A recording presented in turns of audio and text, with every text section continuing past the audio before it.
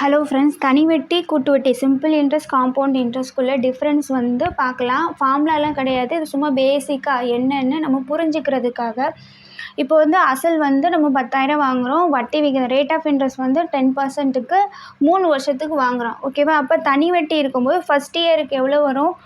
10,000க்கு 10% அப்படின்னு போட்டால் ஒரு வருடத்துக்கு எவ்வளோ வரும்? 1000 வரும். அதே மாதிரி 2வது இயர் வந்து 1000 தான் கொடுக்கணும், 3வது வருஷமும் 1000 தான் கொடுக்கணும். இதுவே கூட்டு வட்டி அப்படின்னு பார்த்துக்கணும்னா மொதல் வருஷத்துக்கு 1000 ரூபாய் தான் வரும். மொதல் வருஷத்தில் தனி வட்டி கூட்டு வட்டி சேமாக தான் இருக்கும். இப்போ 2வது வருஷம் போகும்போது என்ன பண்ணுவாங்கன்னா, அசல் வந்து என்னது? 10,000. அசல் வந்து எவ்வளோ? 10,000. மொதல் வருஷத்தோட வட்டி எவ்வளோ? 1000 ரூபாய். இது ரெண்டுக்கும் 10% போடுவாங்க. அப்படின்னா என்ன வரும்? 1100 வரும்.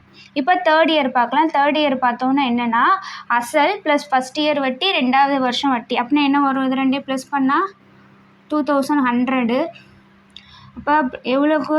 10,000 ப்ளஸ் 2100.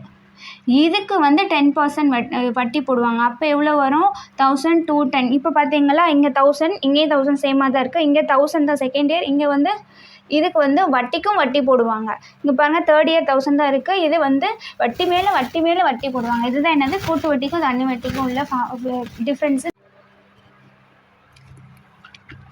3 வருஷம் முடியும் போது தனி வட்டியில் வாங்கினவர் எவ்வளோ வந்து செலுத்துவாங்க? 3000 ரூபாய் செலுத்துவாங்க. அதே வந்து கூட்டு வட்டியில் ஒருத்தவங்க வாங்கியிருந்தாங்கன்னா அவங்க எவ்வளோ வந்து ரிட்டர்ன் பண்ணணும்? வட்டி 0133. இவங்க 3000, இவங்க 3310. இந்த 310 இருக்கா, இது வந்து வட்டிக்கு மேலே போட்ட வட்டி. இந்த வீடியோ பிடிச்சிருந்துச்சுன்னா லைக் பண்ணுங்கள். தேங்க்யூ.